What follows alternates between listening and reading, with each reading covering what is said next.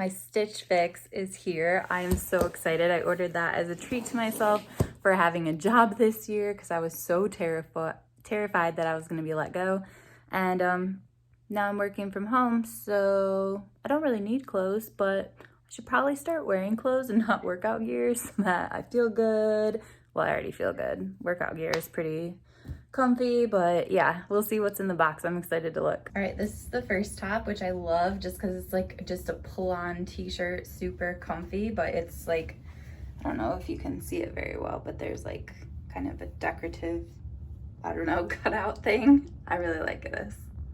All right, next there's this shirt, which I would wear with colored jeans or black pants, and I would not wear my workout shirt under it, but I like this too. I like the sleeves and just it's comfy and it's kind of sheer, so it looks dressy, but also a fan. All right, this I'm not as big of a fan of. It's okay, but it's a kind of too masculine for me, I think.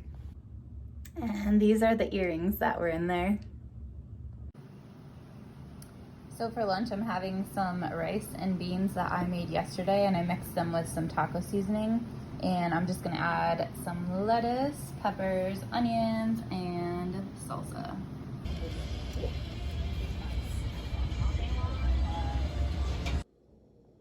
My mom owns both these. It won't matter if you don't land on them, so.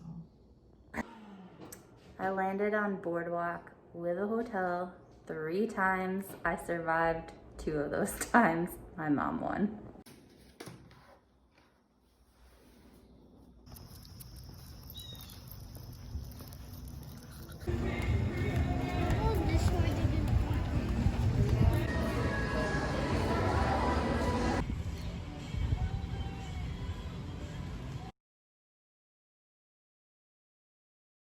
Hey everyone, happy Sunday. I'm going for a walk with Lucy right now, and I'm listening to When I Was a Child. I read books. What else? Today, it's just going to be a real chill day. I'm going to read as long as possible.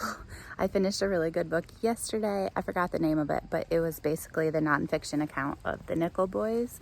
So I'll be reviewing that today. It was amazing. Slightly redundant if you've also read the Nickel Boys, but if you loved the Nickel Boys as much as I did, which there needs to be a different word for love because that book was really disturbing and true, you know, essentially. But yeah, if you enjoyed the Nickel Boys and found it powerful, then you might enjoy this one as well.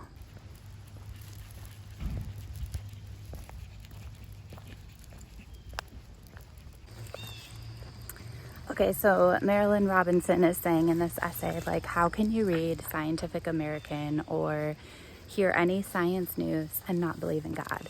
Like, she's talking about how basically science proves God and about how cool it is that all the world religions of the past and of now have so much in common, and that people kind of, I don't know, just like don't see how powerful that is and don't see that that proves God. And they sometimes look down on people of history and of other communities that have multiple gods and all that stuff, when actually they had a ton of scientific knowledge and stuff like that at the time as well. I just think it's really cool because Marilyn Robinson is like way more educated and way more articulate than I am. But I've always thought that, how can you hear science news and not see God? Or how can you be in nature and not see God? And also the connections and similarities between world religions I've always found fascinating. Like, it's just so crazy how similar people are. And yeah, to me, it just kind of makes it seem like there's this God-sized hole that has to be filled, and that, I don't know, we have some help in having us understand it, making it all so similar. I don't know.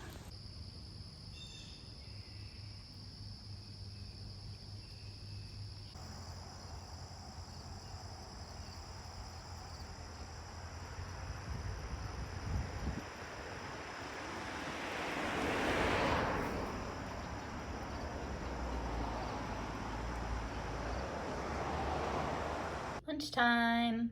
Rice, black beans, jackfruit, lettuce, and I'm gonna add some, let's see, peppers, onions, and salsa. All right, you guys, I'm going to start this book, Descent, which Kim from K. Becker's Books recommended to me, well, really to everybody. She said she loves it.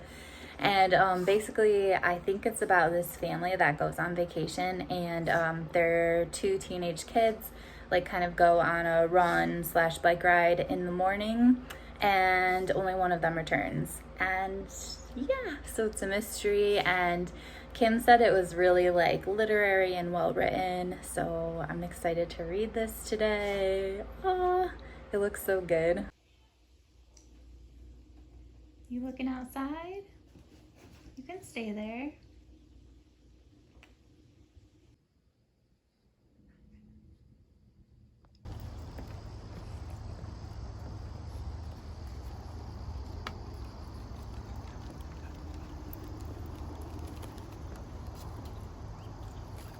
Looks like some of the trees are starting to change colors already.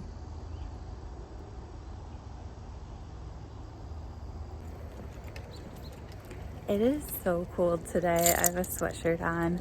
I think it's really funny because it's like around 65 degrees, which I don't know what that is in Celsius.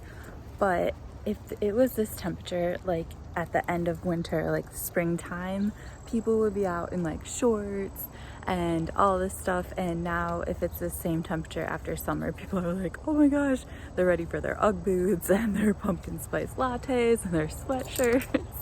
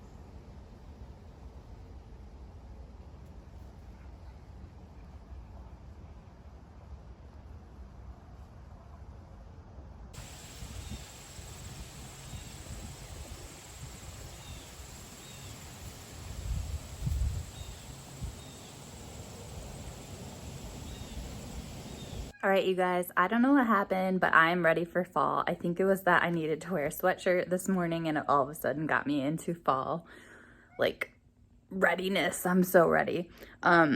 So one of the things I do every year, mainly around Halloween, but I'm doing it earlier this year, is I set out books that I think are fall books. Sorry, I just took off really dark blue nail polish. That looks so gross.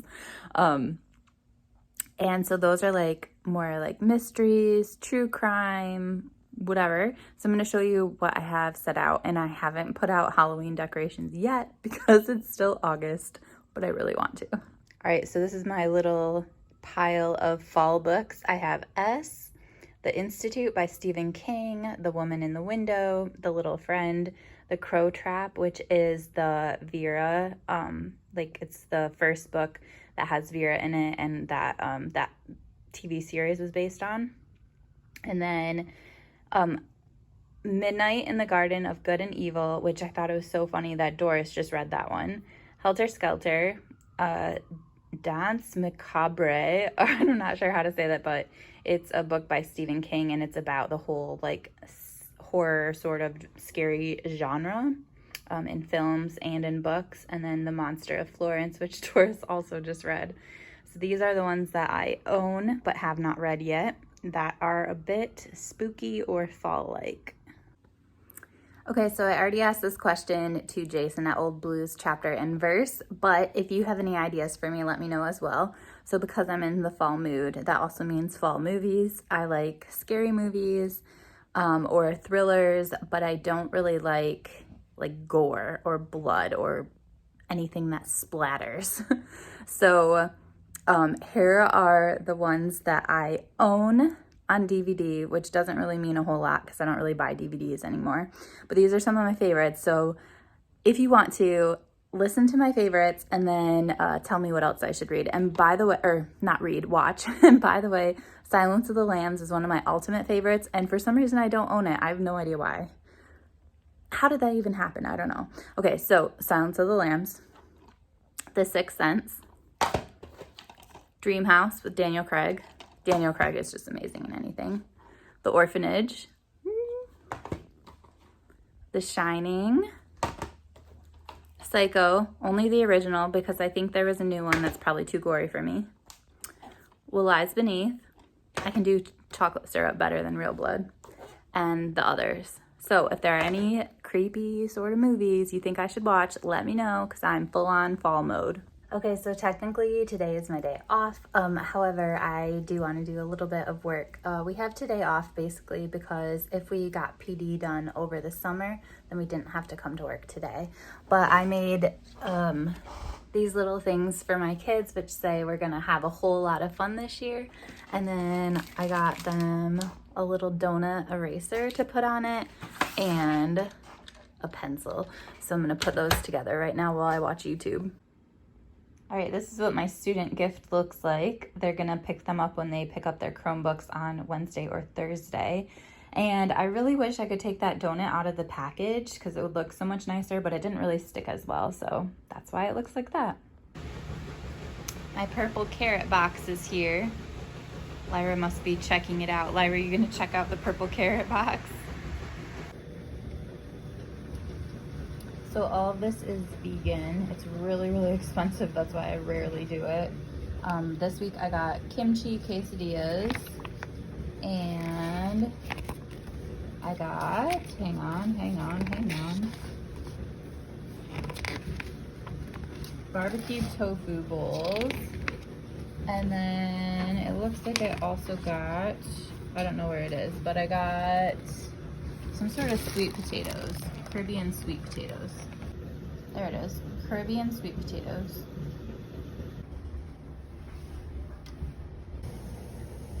These were so good and they were so easy. Like I make these sweet potatoes all the time, so that was nothing crazy. And then all you have to do is make some black beans and add a little chili powder to them and some salt and smash them. Easy. Then for the sauce, if you mix Vegenaise with some lemon juice, done. That was super flavorful. I'm definitely gonna do that again. And then just put a tortilla and put some of the smashed black beans and some kimchi on it. And that's it. I mean, it was so easy. What a fast weeknight dinner if I was actually working. Well, I am working, I'm working from home, but like if you're like hangry, you can make this in like 2 seconds.